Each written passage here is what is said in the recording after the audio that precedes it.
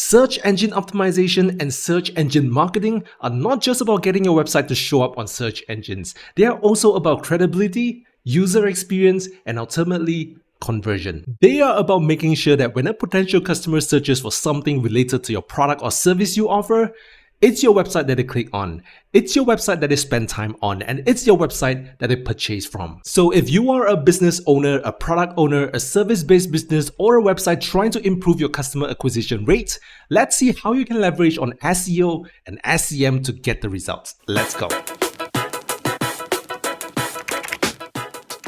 Hey, it's Jack from RankMath, the one WordPress SEO plugin that constantly strives to provide you with the fastest and the most cutting-edge SEO tools. And on this channel, we provide you with the most up-to-date SEO knowledge to help you grow your search traffic. So if you're new to our channel, consider subscribing. Now, I'm pretty sure in this day and age, you should know what SEO and SEM are. I don't wish to bore you with the details, but just in case you don't know what they are, let's say that we search for scooters for elderly on Google. We see these sponsored ads at the top. These are called shopping ads, and they are one part of search engine marketing. You have to pay money to Google to be able to display your products here. The same goes for this and this. These are sponsored ads as well. And if you scroll below, you will see organic search results like this, and others. On a typical search results page, the top of the page usually consists of 2 to 4 search ads, shopping ads, or a combination of both. And below that, there will usually be 10 organic search results. These are pages that focus on optimizing for SEO. Following that, another ad, then related searches. So SEM will take up a huge space in the search results before organic search results will be shown. And if I search for cheap dedicated server, you will see ads right at the top. And depending on the competition, getting the top position for certain keywords could cost quite a huge amount of money. In this instance, using Google Ads Keyword Planner, it is saying that it could typically cost between 577 Sing dollars to 1899 Sing dollars to get your ads displayed on the search term. Top positions like you see here could cost at the high range, and for ads down below, sometimes at position 11th and below, could cost below the low range. Google, Bing, and other search engines are businesses, and for them to profit and grow,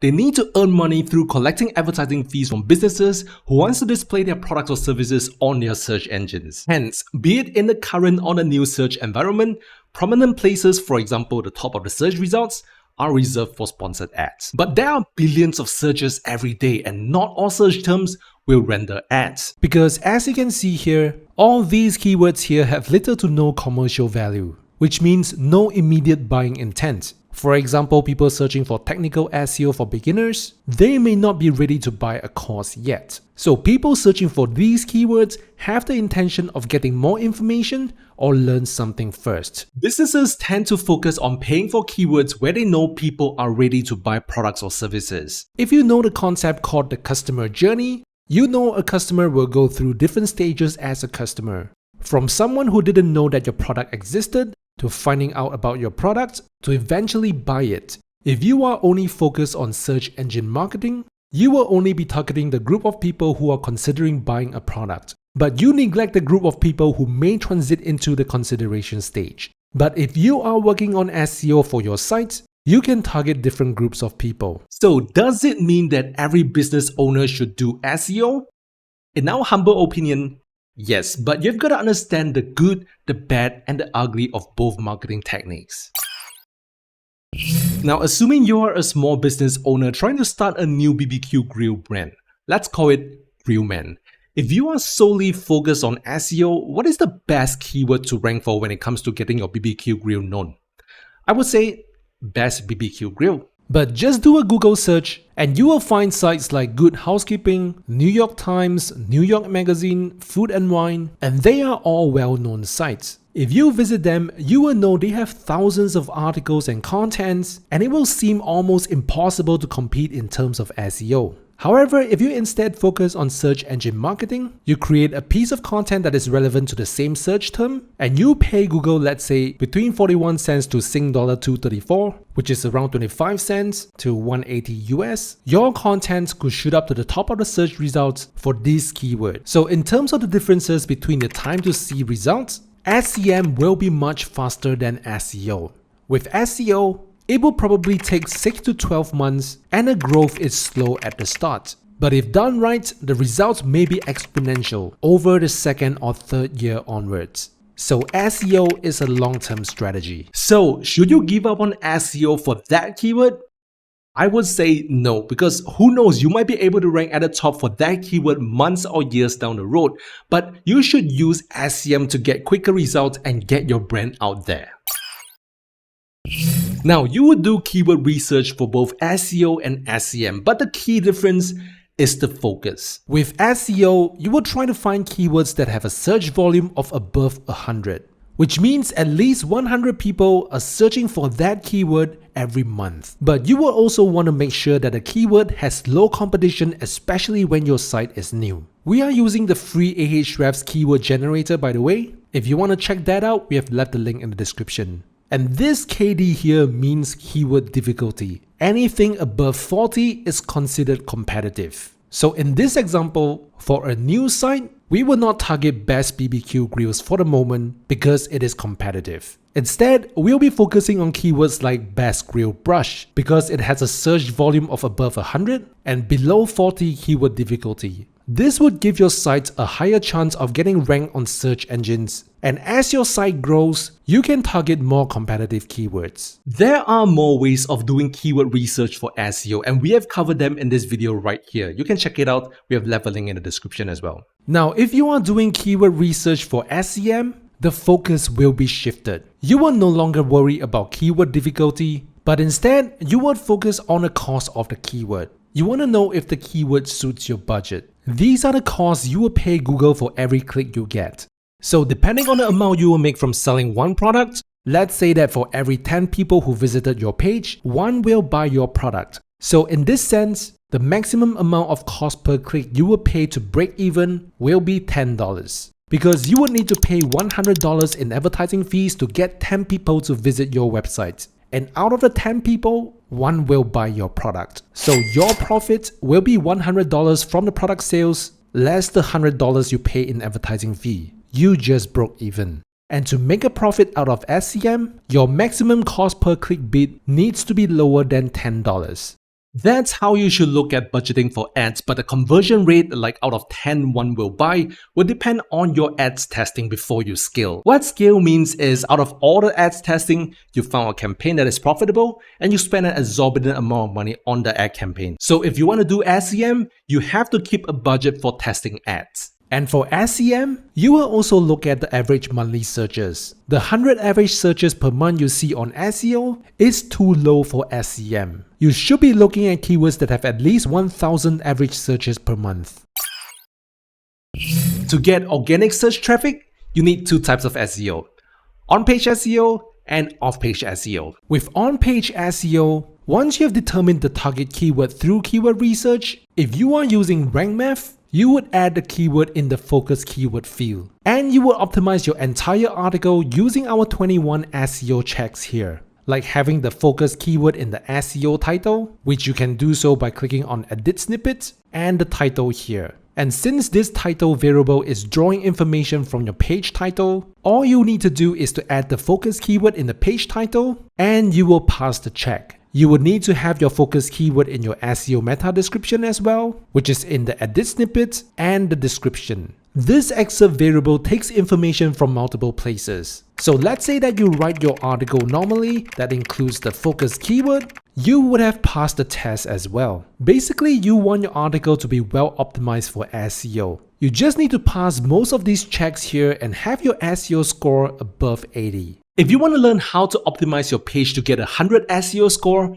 you can check out this video right here. And if you want to further optimize your content, you can rely on our Content AI. Have your focus keyword here, choose the location you want your article to rank, I'll leave it as worldwide, hit research, and Content AI will browse the web to provide you with smart suggestions like the word count range for this keyword, how many internal and external links the page should have, then the heading count for each title tag, the number of images and videos the content should have, the keywords that should be included in the content and its frequency, the keywords that should be in the headings, SEO title, SEO description, the questions you should answer in your content, and if you want to add an FAQ schema to your page using these questions, you can click on this button to copy these questions and paste them in the content, and this whole block here will have the FAQ schema added. Then if you want to link to credible external sources on your page, we have done the research for you. These are credible sources. Linking to questionable sources will have a negative impact on your SEO. Now, one thing to be clear, it doesn't mean that a page with a high SEO score will guarantee you a spot on the search engines. How well your content ranks will depend on how helpful it is for the people searching for stuff on Google, Bing, and other search engines. So you should focus on writing helpful content for your audience and then work on optimizing for our SEO checks, not the other way around. And then for off-page SEO, you'll try to reach out to other credible sites in your direct and indirect niches and have them link back to your site. Getting links from external sources is like a social proof that other sites view your site as a credible source and hence improve your overall SEO. We have a video on link building as well to help you work on off-page SEO. If you want to check that out, the video is right here. The link is in the description. Now, as for SEM, you will also be creating content, but instead of focusing on writing the most helpful content out there, you'll be focused on positioning your products or services to earn a sale. The tools you will use will be different from SEO as well. You will use a tool like Google Ads Transparency Center to spy on your competitor ads. Let's say that you are a web hosting company and you want to figure out the ads Bluehost has done.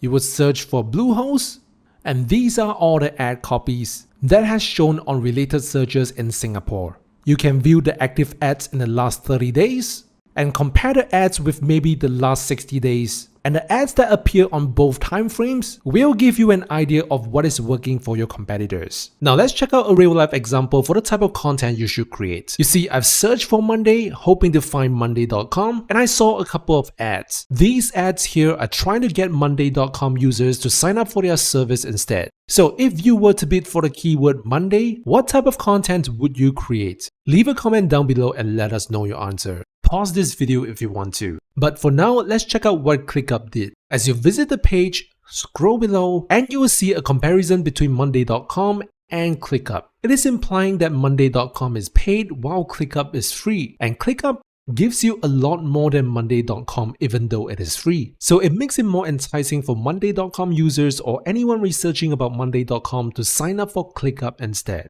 Does this ad copy work?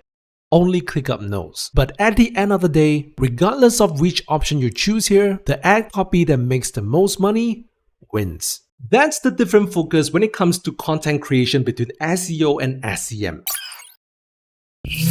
We have already talked about the key differences of both for the time to see results, keyword research, and content creation. So we will not be talking about them any longer. We will focus on the risk. If you don't make money from either of these campaigns, what do you lose? For SEO, if you have hired an agency, freelance writers, etc., you'll be losing money if your SEO campaign flops. But if you are a one-man show, you have started the website and blog on your own, and you have spent a lot of time and effort on it, if there is no results, you will be losing time and effort, and possibly opportunity cost, as you could have spent your time on something more profitable. In terms of SEM, you will lose money and some time and effort for creating and managing those campaigns. But the time and effort is minimal as compared to SEO. And in terms of sustainability, because SEO is a long-term strategy, and if it becomes successful, in the long run, you can benefit from free influx of traffic, prospects, and leads, even if you do not put in as much effort as you did when you first started.